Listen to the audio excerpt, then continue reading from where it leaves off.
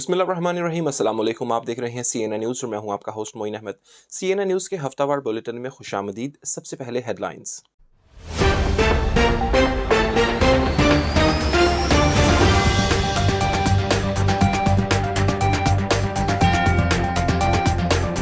احتساب عدالت کا القادر ٹرسٹ کیس میں سابق وزیر اعظم کو 14 سال قید کی سزا۔ عدالت کا عمران خان پر 10 لاکھ جبکہ بشریٰ بی بی پر 5 لاکھ جرمانہ عائد۔ کیس کے اہم کردار ملک ریاض اور حسن نواز کا عدالتی فیصلے میں سرے سے ذکر ہی نہیں۔ عدالتی فیصلہ پاکستان اور بیرون ملک مقیم پاکستانیوں کے غم و غصے کا باعث۔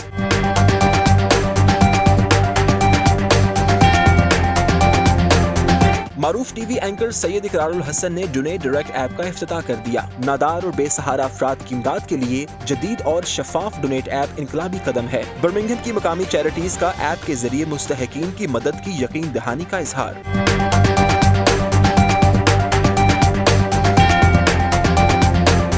آزاد کشمیر کے سیاسی رہنما محمد شفق ہاؤس آف لارڈز کے رکن منتخب۔ پاکستانی اور کشمیری کمیونٹی کی جانب سے لارڈ شفق کے اعزاز میں شاندار تقریب کا اہتمام۔ میزبان تقریب چوہدری محمد ایوب نے تمام مہمانوں کا پرتپاک استقبال کیا۔ محمد شفق کی برطانوی سیاست میں کارکردگی پر کشمیری کمیونٹی کا اظہار اطمینان۔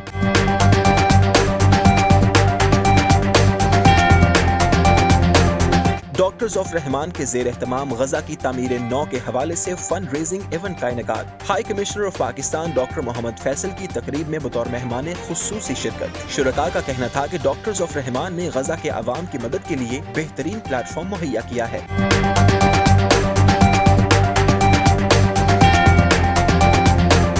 امریکی امیگریشن حکام کا چند دنوں میں تارکین وطن پر کریک ڈاؤن کا عزم۔ ٹرمپ انتظامیہ غیر دستاویزی تارکین وطن کو امریکہ بدر کرنے کی مہم کے لیے پرعزم۔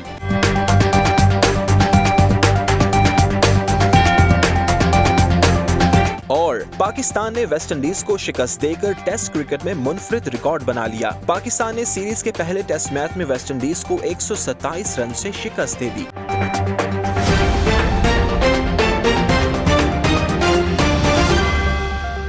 جی ہیڈ لائنز آپ نے جانی۔ بلیٹن کا باقاعدہ آغاز کریں گے چھوٹے سے کمرشل بریک کے بعد۔ ہمارے ساتھ رہیے گا۔ Pak Makkah Meat Limited, UK's best quality meat, approved from HMC. Enjoy safe and healthy halal meat at fair value. The name of trust and reliability in UK and across Europe. Pak Makkah Meat is following all the healthcare SOPs. 162 to 194 Bishop Street, Birmingham, B57EJ. Contact 0121 622 1497. Help us raise awareness about renal health. Support Global Kidney Foundation and improve the lives of kidney patients. Give hope, give life. We are Global Kidney Foundation. آپ کو بتائیں کہ احتساب عدالت نے القادر trust case میں سابق وزیر اعظم عمران خان کو 14 سال قید، ان کی اہلیہ بشریٰ بی بی کو 7 سال قید کی سزا سنائی ہے، جبکہ عمران خان پر 10 لاکھ روپے اور بشریٰ بی بی پر 5 لاکھ روپے جرمانہ بھی عائد کیا گیا ہے۔ اس کی عدم ادائیگی کی صورت میں مزید قید کاٹنے کا حکم دیا گیا ہے۔ یہ فیصلہ نہ صرف پاکستان بلکہ اوورسیز پاکستانیوں کے لیے بھی غم و غصے کا باعث بن رہا ہے، جبکہ کیس میں اہم کردار رکھنے والے حسن نواز اور معروف کاروباری شخصیت ملک ریاض کے نام کا کوئی ذکر تک نہیں کیا گیا۔ تفصیلات جانتے ہیں اس رپورٹ میں۔ احتساب عدالت نے القادر ٹرسٹ کیس میں سابق وزیر اعظم عمران خان کو 14 سال قید اور ان کی اہلیہ بشریٰ بی بی کو 7 سال قید کی سزا سنائی ہے۔ عدالت نے عمران خان پر 10 لاکھ روپے اور بشریٰ بی بی پر 5 لاکھ روپے جرمانہ بھی عائد کیا ہے، جس کی عدم ادائیگی کی صورت میں مزید قید کاٹنے کا حکم دیا گیا ہے۔ یہ فیصلہ نہ صرف پاکستان بلکہ اوورسیز پاکستانی کمیونٹی کے میں بھی شدید غم و غصے کا باعث بن رہا ہے۔ القادر ٹرسٹ کیس میں فیصلہ سناتے ہوئے عدالت نے عمران خان اور ان کی اہلیہ کو سزا سنائی، جبکہ کیس کے اہم کردار حسن نواز اور معروف کاروباری شخصیت ملک ریاض کے نام کا کوئی ذکر تک نہیں کیا گیا۔ سوال یہ پیدا ہوتا ہے کہ عدالت نے اس کیس میں انصاف کے تقاضوں کو پورا کیا یا مخصوص سیاسی دباؤ کے تحت فیصلہ سنایا۔ عمران خان اور بشریٰ بی بی پر الزام عائد کیا گیا کہ انہوں نے مبینہ طور پر ٹرسٹ کے نام پر فائدہ حاصل کیا، مگر عدالت میں پیش کیے گئے شواہد میں ایسا کوئی ثبوت فراہم نہیں کیا جا سکا جسے یہ ثابت ہو کہ ان دونوں نے کوئی مالی فائدہ حاصل کیا ہو۔ اس کے باوجود عمران خان پر بھاری جرمانے اور طویل قید کی سزا سنانا انصاف کے معیار کو مشکوک بناتا ہے۔ اوورسیز پاکستانی جو ہمیشہ پاکستان پاکستان کی ترقی اور استحکام کے لیے اپنا کردار ادا کرتے رہے ہیں، اس فیصلے پر مایوسی اور غصے کا اظہار کر رہے ہیں۔ ان کا کہنا ہے کہ عدالت کا یہ فیصلہ نہ صرف تعصب پر مبنی ہے بلکہ عدلیہ کی ساکھ کو بھی نقصان پہنچا رہا ہے۔ برطانیہ، امریکہ، کینیڈا اور مشرق وسطی میں مقیم پاکستانی کمیونٹی نے اس فیصلے کی شدید مذمت کرتے ہوئے کہا کہ یہ انصاف کے اصولوں کی خلاف ورزی ہے۔ پاکستان میں عدالتی فیصلوں کی شفافیت اور غیر جانبداری ہمیشہ سے سوالیہ نشان رہی ہے، لیکن القادر ٹرسٹ میں سنایا گیا یہ فیصلہ عوام کے لیے ایک نئی بحث کا آغاز ہے۔ یہ فیصلہ انصاف کے اصولوں کو تقویت دینے کی بجائے عدالتی نظام پر عوام کے اعتماد کو مزید متزلزل کر رہا ہے۔ ضرورت اس بات کی ہے کہ عدالتوں کو سیاسی اثر و رسوخ سے آزاد کیا جائے تاکہ انصاف کا بول بالا ہو سکے، کیونکہ انصاف کے بول بالے سے ہی ملک ترقی کی طرف گامزن ہو سکے گا۔ پاکستان کے معروف صحافی اور سماجی رہنما سید اقرار الحسن نے نادار اور بے سہارا افراد کی امداد کے لیے جدید ٹیکنالوجی پر مبنی ایک انقلابی ایپ ڈونیٹ ڈائریکٹ کے نام سے متعارف کروا دی۔ اس حوالے سے خطاب پروقار تعارفی تقریب برمنگھم کے ریجنٹ پارک ہال میں منعقد ہوئی، جس میں برمنگھم بھر سے خواتین و حضرات اور ہر شعبہ زندگی سے تعلق رکھنے والی اہم شخصیات نے شرکت کی۔ اقرار الحسن نے پروجیکٹر کے ذریعے ایپ کے طریقہ کار اور اس کے فوائد کی تفصیلات بیان کی۔ انہوں نے کہا کہ اس اقدام کا مقصد امداد کو براہ راست مستحقین افراد تک پہنچانا ہے۔ تفصیلات جانتے ہیں اس رپورٹ میں۔